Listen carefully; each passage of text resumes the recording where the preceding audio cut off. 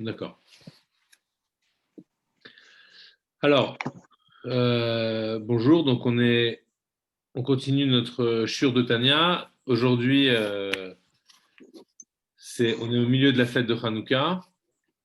Et donc, on va essayer de commencer en s'intéressant à la signification de cette fête, en essayant de comprendre ce que cette fête peut nous apporter comme lumière, justement, parce que c'est une fête de lumière.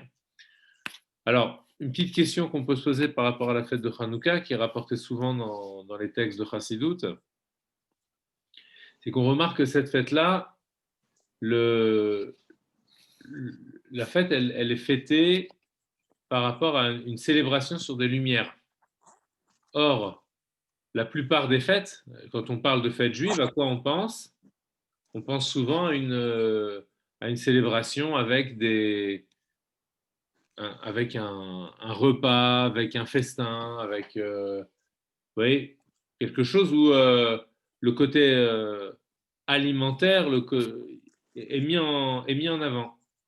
Or, pendant ces 8 jours de Hanouka, même si c'est bien aussi de faire des bons repas pour qu'il y ait de la simcha, de la joie.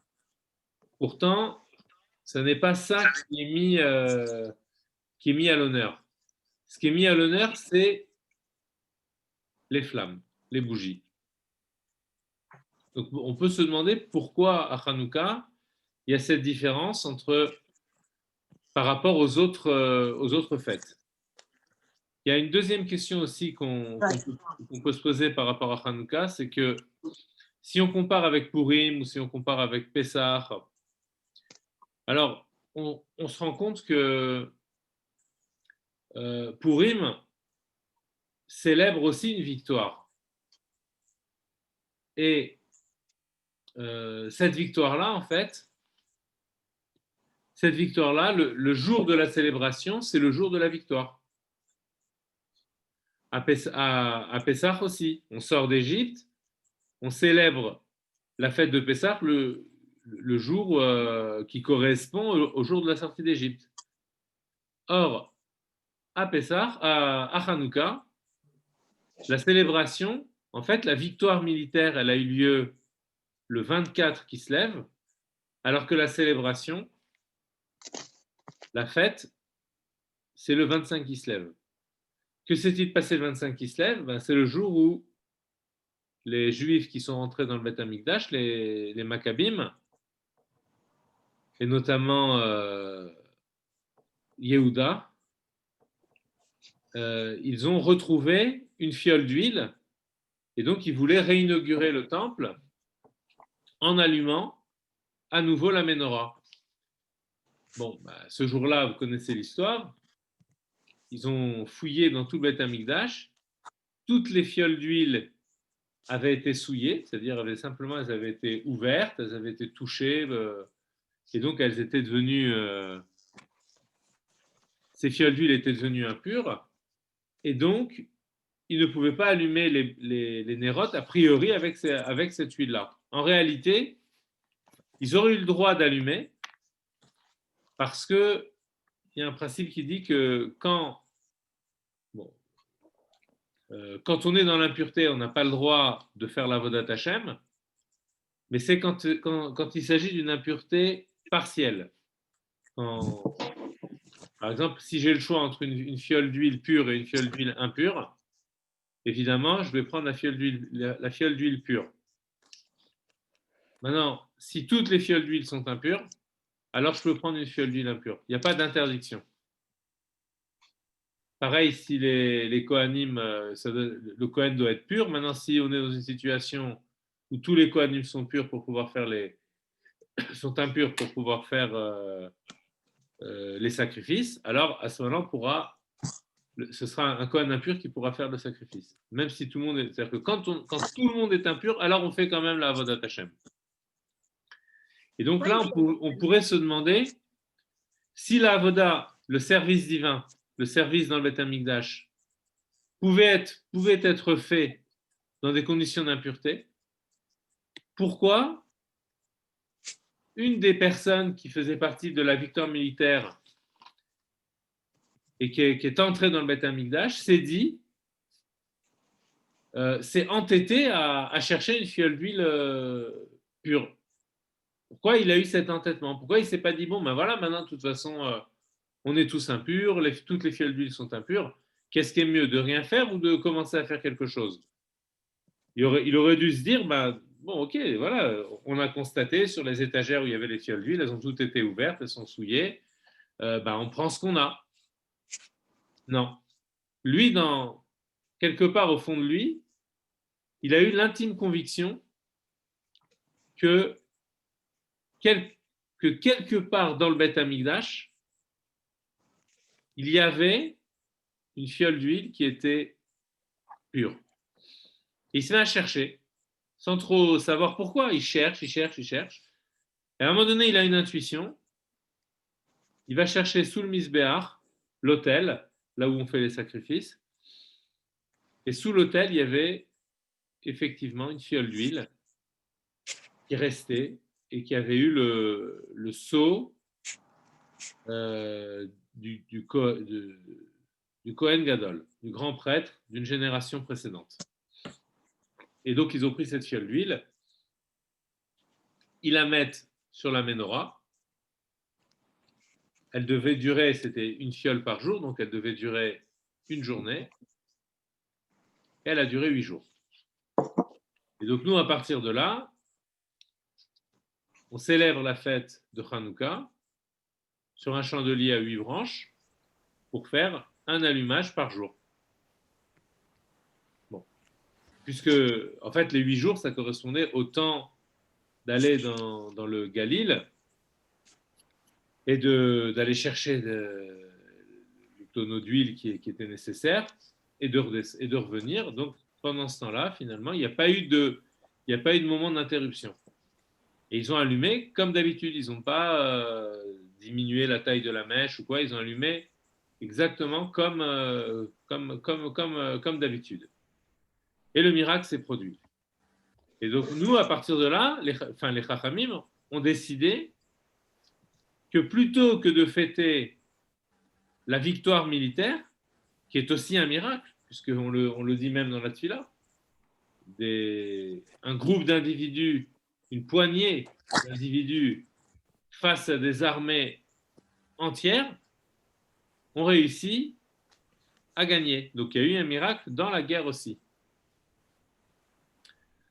Donc, qu'est-ce que ça peut bien signifier de célébrer une fête par rapport à des flammes pour rappeler la menorah? Et qu'est-ce que ça peut signifier aussi? Que l'essentiel de la célébration, ce n'est pas par rapport à une victoire militaire, mais c'est par rapport à un miracle sur une bougie. Donc c'est pour ça que c'est le 25 qui se lève.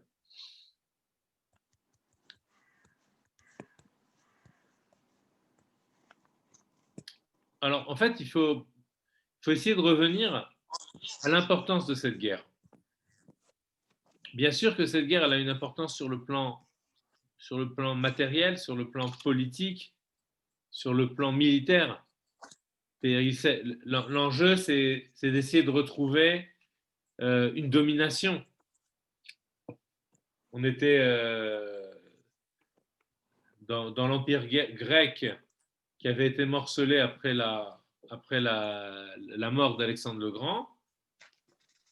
Et donc, le diadoque qui avait pris le contrôle de cette partie-là, qui était celui de la Syrie, eh bien, avait pris des décisions de soumettre les Juifs sur un plan, donc non seulement politique, mais ça c'était déjà présent, mais surtout sur un plan spirituel. Et c'est ça qui a déclenché le désir de révolte chez les Maccabim, de non-acceptation de la situation actuelle. Tant que la soumission, elle était simplement sur le plan politique, on pouvait dire tant bien que mal, on s'en sort. Vous nous empêchez pas de vivre, vous êtes plus fort militairement, vous nous empêchez pas de pratiquer notre religion. Donc ça, ok, on aimerait être, nous, dominants ici, mais aujourd'hui, ce n'est pas possible.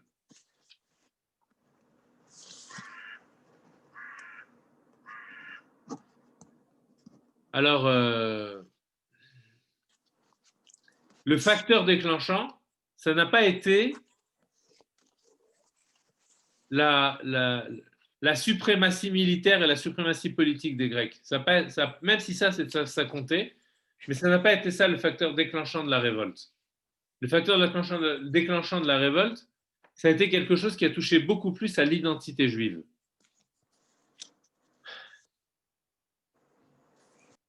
Quand les Grecs font des conquêtes à l'époque d'Alexandre le Grand, la motivation profonde des conquêtes, c'est aussi une forme d'exportation de l'esprit grec. Même si Alexandre était macédonien, il n'était pas grec directement, mais malgré tout, la Macédoine avait pris la domination de la Grèce et elle avait été séduite par l'esprit grec. C'était quoi l'esprit grec? Alors, il y a deux choses chez les Grecs. Il y a le côté idolâtre, bien entendu, mais l'idolâtrie, elle avait été pas entièrement supplantée par l'esprit rationnel, mais c'était en bonne voie. Ça veut dire que ce qui commençait à dominer en Grèce, c'était l'esprit philosophique. Et l'esprit philosophique, c'est quoi par rapport à l'idolâtrie? Ben c'est un début de sortie d'idolâtrie. Avant comment dirais-je, la philosophie, elle a commencé à naître vers, on va dire, le 7e, 6e siècle avant l'ère de maintenant, avant notre ère. Et avant ça, c'était l'époque de la mythologie. Or, la mythologie, elle traduisait l'esprit de la Grèce, qui était celui de croire en des divinités qui sont comme des énergies qui permettent d'expliquer le monde d'une certaine façon. Dans la mythologie, il y a quand même une forme de spiritualité. Et donc, ça permet d'expliquer le monde en fonction d'une origine probable, en fonction d'énergies qui sont sous-jacentes aux événements du monde. À un moment, il y a eu un besoin chez certaines personnes en Grèce de se dire, ces explications du monde, elles sont bien belles, elles ont certainement leur valeur, mais elles ne rendent pas compte rationnellement des phénomènes du monde, des phénomènes qui se produisent dans le monde. Et donc, ils ont commencé à se dire, enfin, c'est très résumé ce que j'essaie d'expliquer ici, mais c'est pour essayer de comprendre l'esprit de la Grèce, si vous voulez. Ils ont commencé à se dire, comment pourrait-on comprendre le monde? Alors, en voyant que certains phénomènes, qu'il y avait des points communs entre certains phénomènes, ils ont commencé à se dire, peut-être que le monde est régi par un principe unique. Et donc, ils ont essayé de trouver ce principe-là. Alors, par exemple, Thalès disait que le principe, c'était l'eau. Voilà. Après, il y a eu d'autres philosophes qui disaient que non, le principe, c'est, par exemple, l'air ou le feu. Donc, ils essayaient de trouver ce qui permettrait d'expliquer le monde. Est-ce que cet esprit-là a disparu aujourd'hui? Pas du tout. Il est encore pleinement présent aujourd'hui. Alors, on ne va pas se dire que l'explication du monde, c'est l'eau ou le feu ou quelque chose comme ça. Par contre, on essaye de trouver une formule unique qui permettrait d'expliquer tous les principes, tous les phénomènes physiques. Donc, la Grèce s'est développée, la philosophie s'est développée au départ par une science qui était plus d'ailleurs une science physique qu'une science philosophique, mais qui était englobée dans la philosophie. La philosophie s'est développée ensuite en essayant de comprendre ce qui se passait dans l'homme quand il essayait lui-même de comprendre le monde. Et donc, au fur et à mesure, on a eu ces deux tendances dans la philosophie, d'expliquer les choses, d'expliquer la matière du monde et d'expliquer l'homme et d'essayer de comprendre le fonctionnement de l'homme qui lui-même essaye de comprendre le monde. Et puis, au fur et à mesure, il y a eu des ramifications, des courants de recherche comme ça philosophiques qui en sont arrivés donc à essayer de penser, par exemple, l'éthique, la moralité, quelles sont les conditions nécessaires pour que l'homme puisse vivre dans le monde. Donc, s'il y a si les humains s'entretuent, on ne pourra pas vivre. Donc, il y a des différents courants comme ça qui se sont développés et qui continuent à être l'objet du questionnement de l'humanité jusqu'à aujourd'hui.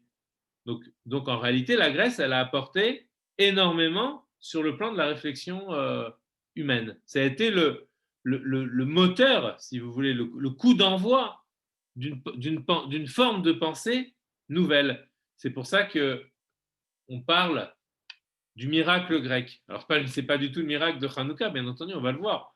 Mais quand on parle du miracle pour eux, pour les philosophes, c'est quoi la notion de miracle grec?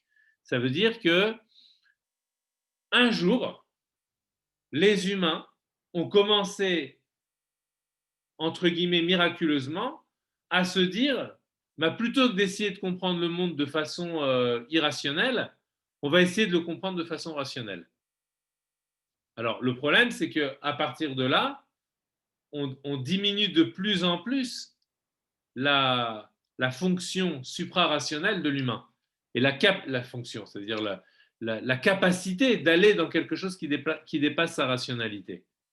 Et donc, l'humain reste rivé sur le plan de la rationalité.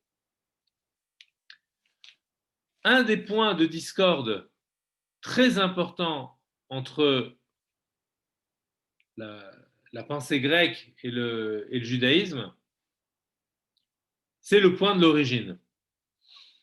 On ne voit pas dans la pensée grecque un seul penseur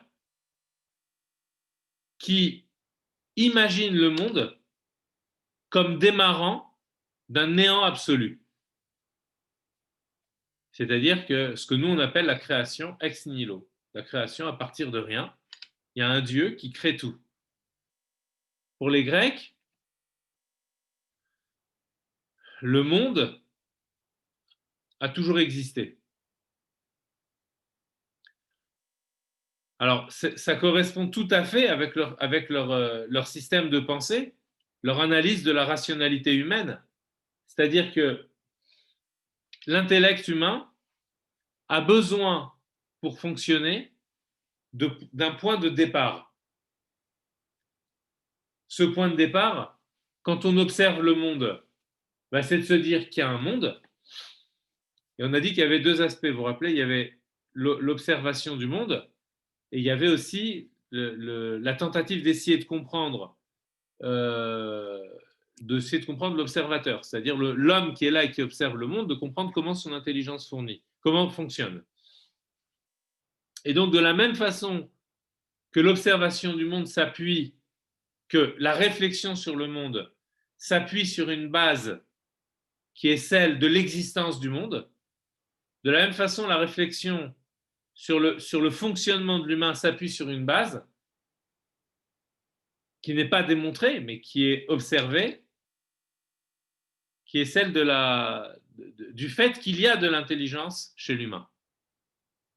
Donc le point de départ, c'est toujours le fait qu'il y ait de l'existence.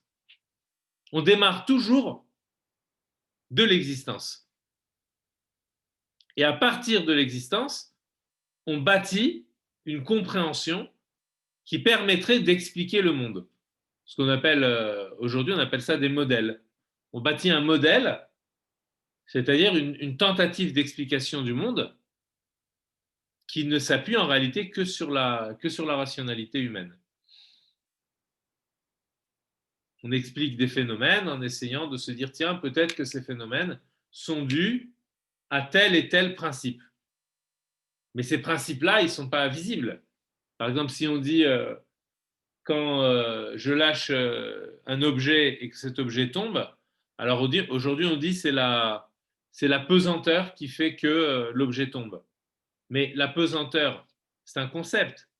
C'est pas quelque chose qui se donne à la vision, si vous voulez. On se dit si un objet sur la planète Mars tombe, un objet sur la planète Terre tombe, un objet sur la Lune tombe. Donc ça veut dire qu'il y a certainement quelque chose qui attire l'objet. Mais cette chose-là qui attire l'objet, on ne la voit pas.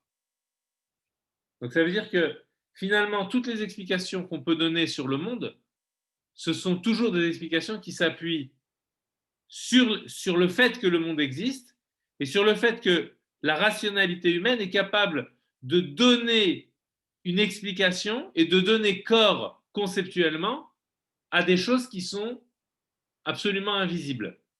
Et ça, ce trait-là existe depuis le début de la Grèce, depuis le début de la pensée philosophique, avec Thalès, etc., qui disait que le principe, c'était l'eau. Donc, il a essayé de comprendre ce qui permettait d'expliquer la présence, les transformations, etc. Et ensuite, ça a continué avec Aristote, avec Platon, Aristote. Voilà, jusqu'à aujourd'hui, on essaye de comprendre le fonctionnement du monde.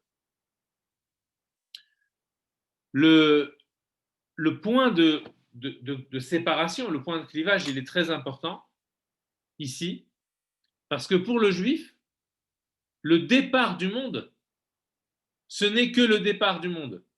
Quand on dit Bereshit, bara Elohim, au commencement Dieu créa, on comprend tout de suite que le commencement, c'est aussi une création. Comme si on pouvait lire à l'envers Bereshit bara et bara Bereshit, comme s'il il a créé le début. Alors, c'est pas ça le pshat du passouk, hein. Le passouk ne dit pas ça. Le passouk dit au commencement, Dieu créa le ciel et la terre. Ou au commencement de la création du ciel et de la terre, dans le pshat de Rashi, il y avait ceci et cela. Mais ce qu'on peut comprendre, c'est que si le verset me dit au commencement, ben, ça sous-entend directement qu'il y a quelque chose avant le commencement. Au commencement, il y a eu ça. C'est-à-dire quoi? Et avant, il y avait quoi? Ben, avant, il n'y avait pas de commencement, avant, il n'y avait pas de temps. Avant, il n'y avait que ce Elohim-là qui a créé, Bereshit bara Elohim. Ben, avant le Bereshit, il n'y a, pour ainsi dire, rien. Alors quoi? Même l'intelligence humaine, elle n'est pas là. Donc il y a les deux ingrédients dont on a parlé tout à l'heure, qui sont le monde comme principe et l'intelligence comme principe dans l'humain. Ces deux choses-là, elles ne sont pas là. Il n'y a ni intelligence, ni conscience, ni monde. Dans la première page de la Torah, vous voyez, celle qui est avant le Bereshit. Le Bereshit, ça commence par un bet. Mais le Aleph, c'est quoi le Aleph? Le Aleph, c'est avant le commencement. Donc avant le commencement, il n'y a pas de temps, il n'y a pas d'espace, il n'y a pas de matière, il n'y a pas de forme. Il y a juste Dieu. C'est quoi? On ne sait pas. Les Grecs ont peur de s'engouffrer dans cette voie-là. Pour eux, cette voie, c'est ce qu'ils appellent, selon un des penseurs grecs avant Socrate, il disait, c'est la voie du non-être. Le non-être n'existe pas. Il n'y a que l'être qui existe. Il n'y a pas de notion de ne pas être. On voit que pour nous, dans le judaïsme, ça ne nous dérange pas du tout de parler de quelque chose qui n'existe pas. Parce que la première chose qui existe, c'est Dieu lui-même. Mais cette existence de Dieu, elle n'a absolument aucun rapport avec tout ce que nous, on peut concevoir comme notion d'existence. Le Rambam l'appelle, au tout début du Mishneh Torah, il appelle ça la Amitat Imatso. Et il explique que, alors Amitat Imatso, je traduis, ça veut dire la véritable existence. Ça veut dire que tout ce qui existe ne peut pas s'appeler existence véritable. Pourquoi? Parce que toute chose qui existe dépend d'autre chose pour exister. Donc, par exemple, si je dis un livre existe, alors ce livre-là, il dépend de la cohésion des forces et du papier et de tout ce qu'il constitue pour pouvoir se maintenir dans l'existence. C'est-à-dire que son existence, elle n'est pas une existence absolue. La preuve, c'est que le livre peut brûler aussi, donc il peut ne plus exister. Donc il n'y a aucune existence dans ce que nous connaissons comme existence, il n'y a aucune existence qui est absolue. Et toutes les existences ont besoin d'autre chose pour exister. Et bien cette autre chose qui permet de faire exister, cette autre chose n'a pas une existence au même titre que les autres existences. C'est ce que le Rambam appelle la véritable existence, qui n'est pas une matière, qui n'est pas une forme, qui n'est même pas pensable en réalité. On appelle ça Dieu. Voilà. Les gens appellent comme ça. Le mot Dieu lui-même, il vient en vérité, il est un petit peu. On l'utilise maintenant, il n'y a pas de problème de l'utiliser, mais ça veut dire qu'au départ, c'était une extrapolation à partir d'un dieu grec qui s'appelait Zeus. Le terme, c'est devenu Dieu, mais à l'origine, c'était ce nom-là. Vous vous rendez compte, pour parler du Dieu qui n'est pas définissable, on utilise un nom qui provient de la Grèce. Enfin bref. Dans la Torah, on ne donne pas de nom, on dit juste Hachem, on dit le nom. Quand on veut parler de Dieu, on dit le. Quand on étudie la Torah, on voit Yudke Vavke, on dit ah, ça c'est le nom de Dieu, on ne peut même pas le prononcer, tellement il est indéfinissable, donc même il ne se laisse même pas saisir par une prononciation du langage humain. Donc on le voit écrit et on ne le prononce pas. Donc quand on le voit, on dit ah, là il y a le nom, donc on dit juste l'expression le nom, Hachem. En même temps, quand on dit le nom, ça veut dire que là, on prononce le nom de quelque chose qui est indicible, donc qui est imperceptible. Donc pour nous juifs, l'identité juive, si on veut continuer un petit peu dans l'idée, l'identité juive, c'est celle qui se rattache non pas à l'existence telle que je la vois, mais à l'existence telle qu'elle est derrière l'existence. C'est-à-dire l'existence qui n'est pas perceptible à l'œil humain. C'est pour ça qu'il y a une forme de folie dans la croyance juive. C'est-à-dire que on croit en quoi? C'est croire. C'est croire en quoi? Quand on croit en quelque chose, alors bon, il y a quelque chose qui est là, qui est palpable. Alors, on croit que cette chose-là, elle a une importance, une croyance au sens de certitude, pas au sens français. Vous savez qu'en français, le mot croire, il a un double sens. Croire, ça peut vouloir dire euh, un doute, c'est-à-dire ah, je crois que telle personne va venir. Donc je crois, je suppose. En principe, cette personne devrait venir. Mais le mot croyance tel quel, quand on parle vraiment de la notion de croyance de Emouna, il ne s'agit pas ici d'une hypothèse. Il s'agit de quelque chose de certain. Quand on parle de croyance, en vérité, c'est une certitude. La croyance en Dieu, c'est une certitude. C'est une certitude dans l'âme juive, si vous voulez. Et c'est quoi cette certitude qui est une intuition aussi? C'est que il y a le monde, mais que derrière le monde, il y a quelque chose qui est complètement imperceptible. Comme si l'intelligence humaine elle-même se rendait compte du statut éphémère de sa propre existence. Là où la Grèce affirme l'existence humaine, l'existence de l'intellect humain, comme la seule certitude permettant de rendre compte efficacement et de rendre compte de façon certaine de l'existence du monde et de trouver non seulement les explications sur les phénomènes physiques, mais aussi trouver du sens à l'existence. Donc là où tout ceci se base sur l'intelligence humaine, voilà que dans une petite partie du monde, lors de leur conquête, les Grecs rencontrent une opposition ferme à cette pensée. Ils disent non, l'explication du monde ne tient pas de la rationalité humaine. Elle tient de quelque chose qui la dépasse, de quelque chose qui est même à l'origine de l'intelligence humaine. Ça, c'est très gênant pour la pensée grecque. Jusqu'à aujourd'hui, même dans la philosophie, on voit que cette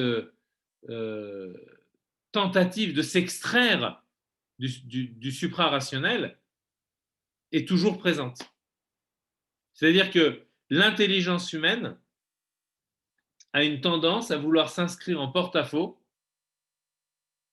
avec quelque chose qui la dépasserait. Pour le juif, ce n'est pas du tout un problème, parce qu'il n'est pas dans une opposition intellect-foi. Il n'y a pas d'opposition entre les deux. L'intelligence juive, c'est le fait d'aller puiser dans ce qui est au-delà de la création. Ce n'est pas une intelligence qui se base sur l'observation de ce qui est. Il y a évidemment que, on voit, même les Chachamim le disent, En la Chacham et la Maché Navroot. Le Chacham, pour juger, un Dayan, par exemple, pour juger, il ne juge que par rapport à des faits, que par rapport à des choses qui sont devant lui, des témoignages. J'ai vu que telle personne a fait telle chose, donc il y a telle condamnation, etc. Voilà, telle chose est cachère parce qu'on a vu qu'elle est composée de telle et telle chose, elle n'est pas cachère parce qu'elle est composée de telle et telle chose. Bien sûr, qu'on ne va pas nier l'observation de ce qui est devant nous. Mais par contre, ce qu'on ne perd pas de vue, c'est que ce qui est devant nous est en émergence permanente. C'est-à-dire que, puisqu'on voit ce qui est au-delà du monde, quand je dis voix, c'est entre guillemets, ça veut dire que c'est notre instinct premier, si je puis dire, notre intuition la plus intime, c'est qu'il y a quelque chose par-delà l'existence. Depuis tout petit, le juif qui est à l'écoute de ce qui se passe en lui ne peut pas accepter comme ça, voilà, il y a le monde, c'est la donnée. Regardez comment le judaïsme est formé. À partir de quoi nous naissons? Nous naissons à partir d'Abraham. Abraham, qu'est-ce qu'il fait? Il part de Ur-Kasdim. Il s'en va. Ensuite, les Bénisraël qui rentrent en Égypte et ils s'en vont encore. C'est-à-dire que le judaïsme se fonde par une extraction de soi de la condition dans laquelle nous sommes. Mais ça n'est pas qu'un fait de quitter un endroit. Que le fait de quitter un endroit, c'est aussi quitter une certaine posture dans notre être pour aller trouver ce qui est par-delà le statut qui a l'air d'être définitif. Vous me suivez ou pas? Vous êtes avec moi? S'il y a des questions, n'hésitez pas à m'interrompre. Hein. Ouais, je sais pas, Il y a du monde encore? Oui, oui, c'est bon. Bah, moi, je vous suis complètement. On est là, on est là. Oui, oui, on vous suit. J'ai l'impression de parler. Non, c'est bon. D'accord. Mais Est-ce que vous suivez? Est-ce qu'il y a des questions? N'hésitez pas. S'il y a des... Non, il n'y a pas de question. Il nous tarde. Enfin, moi, il me tarde de voir la fusion avec Hanouka. Voilà, voilà. Okay. Mais bon, je suis. On est encore dans le suspense. C'est dans le suspense. Voilà, exactement. Bon, on va y venir. Hein. Oui, Alors, bien. Là, ce que je voulais, parce que c'est très important, si vous voulez, de se quand une opposition, quand quelque chose s'oppose à nous, ou que nous nous opposons à quelque chose, et ça c'est une règle générale, c'est qu'il y a toujours une remise en question de l'identité. Or, lorsqu'on remet en question notre identité, c'est toujours l'occasion d'aller creuser dans cette identité et d'aller se dire quelle est-elle cette identité. Et précisément l'identité juive, c'est celle de Matan Torah, puisqu'on a dit tout à l'heure qu'on a parlé du Bet, qui était le Bet de Bereshit, mais Matan Torah, c'est le Aleph, Anochi Hashem Elokecha, le don de la Torah, je suis Hashem ton Dieu. C'est-à-dire que le don de la Torah, c'est le moment où le juif est en contact d'une façon intime et d'une façon réelle avec ce qui précède la réalité du monde.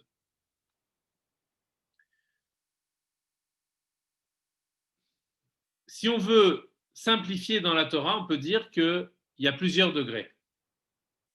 Par exemple, il y a ce qu'on peut appeler certaines substances qui symbolisent la Torah. Par exemple, l'eau symbolise la Torah. Pourquoi l'eau symbolise la Torah? Il y a plusieurs raisons, on peut en donner deux. Premièrement, parce que l'eau s'écoule du haut vers le bas. Et donc la Torah aussi, c'est une sagesse qui nous vient d'en haut et qui descend et qui arrive jusqu'à nous en bas. Il y a une deuxième raison aussi, c'est que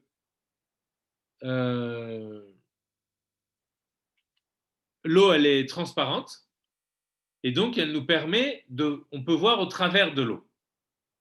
D'accord? Donc de la même façon, par la Torah, on arrive à voir un petit peu au travers du monde. Donc là, elle représente cette dimension dans la Torah qui est liée avec le fait qu'elle soit dans le monde, c'est-à-dire qu'elle nous permette de voir au travers du monde, de voir la présence du divin. Il y a un deuxième symbole qui représente, enfin, il y a un deuxième élément qui représente la Torah, c'est l'huile. Or, l'huile, quand on observe de l'huile, si on met dans un verre d'eau de l'huile, ben l'huile, elle va flotter sur l'eau. Et donc, c'est important de tenir compte aussi de ce phénomène-là dans l'huile, que l'huile, c'est le liquide qui est le plus léger. Donc, il flotte au-dessus de l'eau, qui ne se mélange pas à l'eau. Donc, ça aussi, ça signifie quelque chose. Qu'est-ce que ça nous montre? Ça nous montre que même si dans la Torah, il y a déjà une certaine transparence, on peut aller trouver quelque chose qui est encore beaucoup plus haut que ça. Ça serait la Torah telle qu'elle est en Dieu lui-même. Le Zohar nous dit que la Torah, elle sort, Oraita me Chochma Nafkat. Ça veut dire que la Torah, elle vient de la Chochma de Dieu. La Chochma de Dieu, ça veut dire tel que Dieu se pense lui-même. D'accord? C'est-à-dire que comme si on disait, voilà, il y a comme quelqu'un qui existe et puis qui prend conscience de sa propre existence. Mais il y a un degré qui est encore beaucoup plus haut que la prise de conscience de notre propre existence, c'est quand cette conscience-là, elle est liée intrinsèquement avec le fait que j'existe. C'est-à-dire que quand on dit je prends conscience de moi, ça peut vouloir dire il y a moi, et puis maintenant il y a une conscience qui est comme extérieure à moi-même et qui observe le fait que j'existe. Mais il y a une conscience qui est beaucoup plus profonde que celle-là et qui émane directement de mon existence. C'est comme si par ma conscience, j'arrivais à voir ce qui se passait dans ma propre essence. Pas simplement savoir que j'existe. Ça, c'est ce qu'on appelle la Pnimiut Torah. C'est-à-dire que ça peut exister dans l'homme, mais pour le trouver, il faut qu'il remonte jusqu'à l'origine de sa propre existence qui est en Dieu. C'est-à-dire que Dieu lui-même, il peut dire, voilà, je vous donne la conscience de mon existence, Torah, l'eau, mais je vous donne la conscience de ce que je suis vraiment. Et ça, c'est l'huile. Ça veut dire qu'à l'intérieur de nous-mêmes, on va avoir ces 2 degrés de chorma. On a une chorma qui nous permet de sentir qu'il y a une présence divine, et on a une chorma qui est beaucoup plus profonde que celle-là, et qui nous permet, comme qui viachol, comme on dit, si on peut dire, de pénétrer l'intériorité même du divin. C'est-à-dire d'être complètement fusionnel avec le divin. Comme si cette chorma que Dieu a de ce qu'il est lui-même, pas la conscience de l'existence, mais ça veut dire la conscience de ce qu'il est véritablement, comme si elle était présente au fond de la personne et au fond de la Torah. C'est ce qu'on appelle dans le Lashon de la Kabbalah, ça s'appelle Chochma Stima'a, la Chochma cachée. Si je reviens à la guerre entre les Grecs et les Juifs, ce qui gêne le Grec, c'est cet accès au divin direct que le Juif a. Le Grec veut rester sur le plan de la rationalité. Rien ne peut dépasser cette rationalité. Le Juif, au contraire, dit si tu nous laisses pas faire, si tu nous laisses pas être ce que nous sommes, alors à ce moment-là, on n'est plus nous-mêmes. C'est pas le problème de la terre, même si la terre c'est très important parce que la terre où nous sommes, c'est le lieu, la terre juive, la terre d'Israël, c'est le lieu de l'expression de cette supra-rationalité. C'est le lieu où on peut vivre sa judéité de façon pleine et intense. Mais la motivation de la guerre, c'est pas celle-là. La motivation de la guerre, c'est que tu es en train de remettre en question ce que je suis fondamentalement. Ce que je suis fondamentalement, c'est cette huile-là, c'est-à-dire quelque chose qui s'enracine dans l'au-delà de l'existence et pas dans l'existence. Comment on dit les Hébreux en hébreu, justement? Les Ivrim. Par exemple, Avraham, on dit qu'il est Avraham à Ivri. Le prophète Yona, par exemple, quand les marins du bateau lui demandent « Dis-nous qui es-tu ?» il dit « Ivri Anochi ». Moi, ce que je suis, c'est Ivri. C'est-à-dire quoi, Ivri? Ivri, ça vient du mot Ever. Ever, c'est un versant. Mais Ever Layam, de l'autre côté de la Yam, de la mer. Ou de l'autre côté du fleuve pour Abraham, qui venait de l'autre côté du fleuve. L'homme qui vient de l'autre côté du fleuve. Oublions la notion de fleuve. Ivri, quand on entend Ivri, on entend ce qui vient d'au-delà, ce qui vient de l'autre versant. L'autre versant de quoi? L'autre versant du monde. Et le deuxième versant du monde, pile ou face, le deuxième versant du monde, c'est quoi? C'est la non-existence, c'est-à-dire l'existence divine. Ça veut dire que si tu vois pas ça dans la Torah, ça veut dire que tu es en train de penser que la Torah, c'est un livre comme les autres livres. Un livre d'un grand penseur qui a exprimé des idées. C'est pour ça qu'il leur interdisait d'étudier les passages de la Torah qui disaient que c'est Dieu qui t'a ordonné de faire ça. Il leur avait interdit la Brit Mila, il avait interdit le Shabbat, le Kiddush HaChodesh. Tous ces points-là, je ne vais pas rentrer dans le détail maintenant, mais tous ces points-là, ce sont des points qui nous mettent en connexion avec l'existence telle qu'elle est avant l'existence, avec quelque chose qui est suprarationnel. Dans la Brit Mila, c'est clair. D'accord? L'enfant fait une alliance avec Dieu dans sa chair, c'est comme s'il coupait quelque chose de sa chair, et donc dès qu'il arrive dans le monde, il coupe aussi dans son ego. Donc il coupe dans l'existence, comme s'il tranchait l'existence pour essayer de voir ce qu'il y a par-delà l'existence. Et c'est avec ça qu'on fait une alliance indéfectible. Donc le grec veut se battre contre ça. Il n'y a pas de lien suprarationnel avec Dieu, il n'y a pas de lien identitaire avec un au-delà. Il n'y a que la rationalité. Et le juif dit non, ça c'est toute notre existence. Vous voyez, c'est une vraie guerre en réalité. Le fait d'avoir gagné la victoire militaire de façon miraculeuse indique qu'il y a quelque chose par-delà l'existence. Il y a je crois que c'est dans la Megillat Antiochus qui raconte que quand ils prenaient une flèche, les Maccabées prenaient une flèche et qu'il a lancé alors elle transperçait je ne sais pas combien de personnes en même temps, enfin, bon, des choses qui sont absolument, voilà, des forces inimaginables.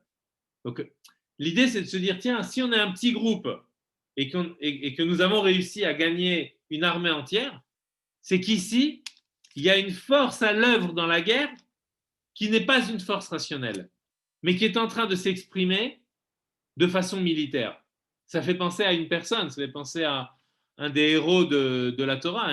Il n'y a pas eu beaucoup de... Enfin, il y a des héros comme ça qui ont une force physique très grande, mais le héros, le gibor de la Torah, c'est Shimshon.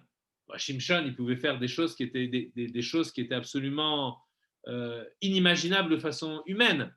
Mais à chaque fois que Shimshon intervenait de façon physique pour vaincre des centaines de personnes en même temps, à chaque fois, le passouk précise qu'il a été, le souffle de Dieu, le rouach, l'a habité. Et c'est à partir de là qu'il avait une force physique qui s'est déployée. Et ben, c'est un peu la même idée avec la guerre qui a lieu le 24, d'accord, enfin qui a lieu, qui se finit le 24 qui se lève. En faisant cette guerre, les Juifs se rendent compte qu'il y a quelque chose de divin qui les habite à ce moment-là.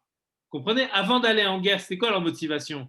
C'est pas ils nous dominent, c'est ils sont en train de remettre en question l'identité juive profonde, l'identité divine du juif, l'identité divine de la Torah, c'est tout ça qu'ils sont en train de remettre en question. C'est-à-dire qu'après ça, si on les laisse gagner, il n'y a plus de judaïsme. C'est pour ça d'ailleurs qu'on dit qu'en réalité les juifs ne se battaient pas spécialement contre les Grecs. Ils se battaient contre les Mityavnim. Même certainement dans les armées, il y avait des Grecs aussi. Mais leur guerre essentielle, c'était contre les Juifs qui étaient assimilés. Et c'était eux d'ailleurs qui avaient rendu les huiles impures. Parce que c'était eux le danger le plus grand. C'est-à-dire qu'à partir de eux, on accepte que le judaïsme se range dans les valeurs, dans les valeurs rationnelles de l'humanité grecque en pleine croissance à ce moment-là. Or, le juif, il tient bon. Il dit non, la valeur juive, c'est pas celle-là. La valeur juive, c'est la valeur de l'essence de Dieu, et c'est lui qui a créé la rationalité, c'est lui qui a créé le monde. Donc, il y a quelque chose qui est au-delà de cette rationalité. Rentrer dans le Beth Amikdash. Je reviens maintenant sur les faits. Donc, dans la guerre, il y a un sentiment qu'il y a quelque chose qui est au-delà de la rationalité qui est en train de se manifester. Lorsque les Juifs arrivent dans le Beth Amikdash, il y a Yehuda Maccabi qui dit ou qui pense, qui dit les fioles d'huile sont toutes impures. Mais j'ai le pressentiment qu'il en reste une qui est pure. Pourquoi? D'où vient ce pressentiment? Regarde ce qui s'est passé hier là. Tu as vu cette guerre? Cette guerre, elle était pas rationnelle en elle-même. Ça veut dire que si on ne trouve pas de fiole d'huile, ça veut dire que ce qu'on a vécu hier, c'était rien. Ça veut dire que c'était rationnel. Mais nous, on a vu que ce n'était pas rationnel. On a vu que c'était au-delà de la rationalité. Ça veut dire que le supra-rationnel de la Torah a commencé à se dévoiler au moment de la guerre. Mais pas encore dans la Torah elle-même. Et pas encore dans l'âme juive elle-même. S'il n'y a plus de fiole d'huile, ça veut dire que la guerre spirituelle, elle a été gagnée par les Grecs. Ça veut dire que, pour le traduire sur le plan du Nefesh, sur le plan psychologique, si on peut dire, ça veut dire que toutes les couches de mon être ont été contaminées par la rationalité grecque.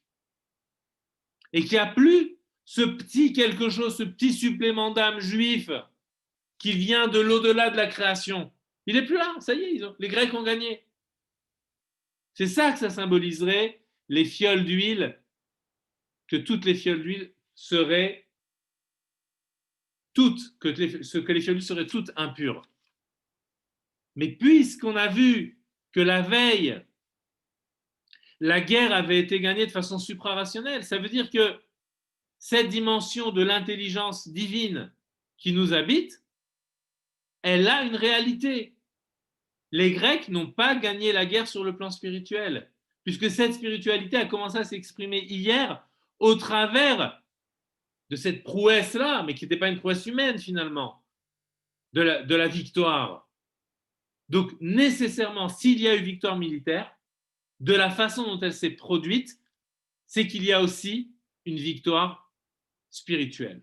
Mais cette victoire spirituelle, elle ne se donne pas, j'allais dire, aussi facilement que la victoire matérielle. Il faut chercher. Le divin qui est en nous, qui dépasse la pure rationalité, qui s'appuie sur les principes du monde et sur les principes de l'intellect humain, pour aller chercher ce qui est au-delà, oui, il faut se fatiguer.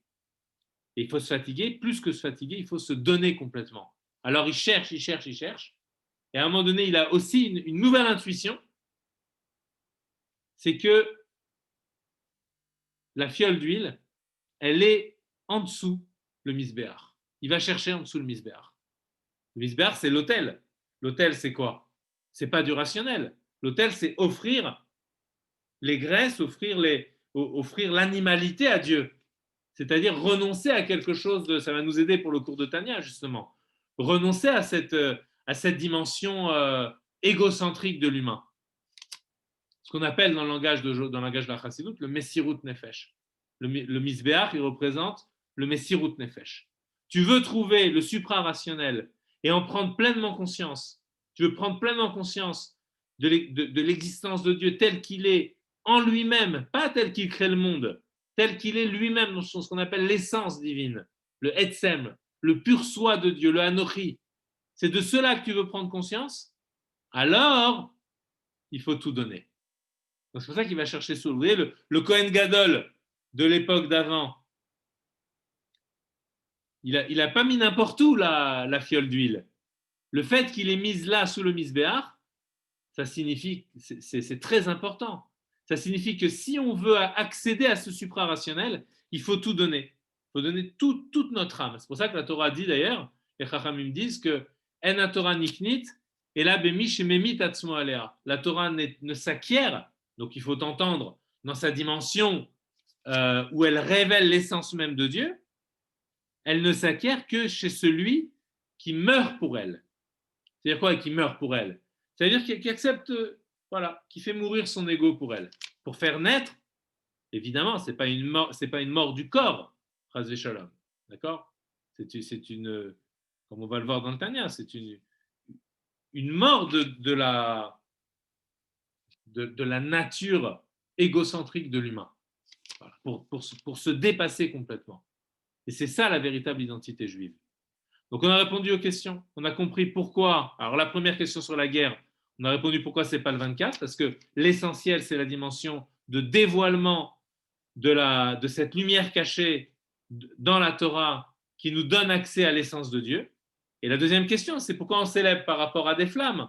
Parce que justement, ces flammes, cette petite fiole d'huile qui a été retrouvée et qui était scellée par le sceau du Kohen Gadol, elle signifie la dimension non atteinte dans notre âme, non perturbée par la rationalité grecque, et c'est cette dimension-là qu'il faut faire briller.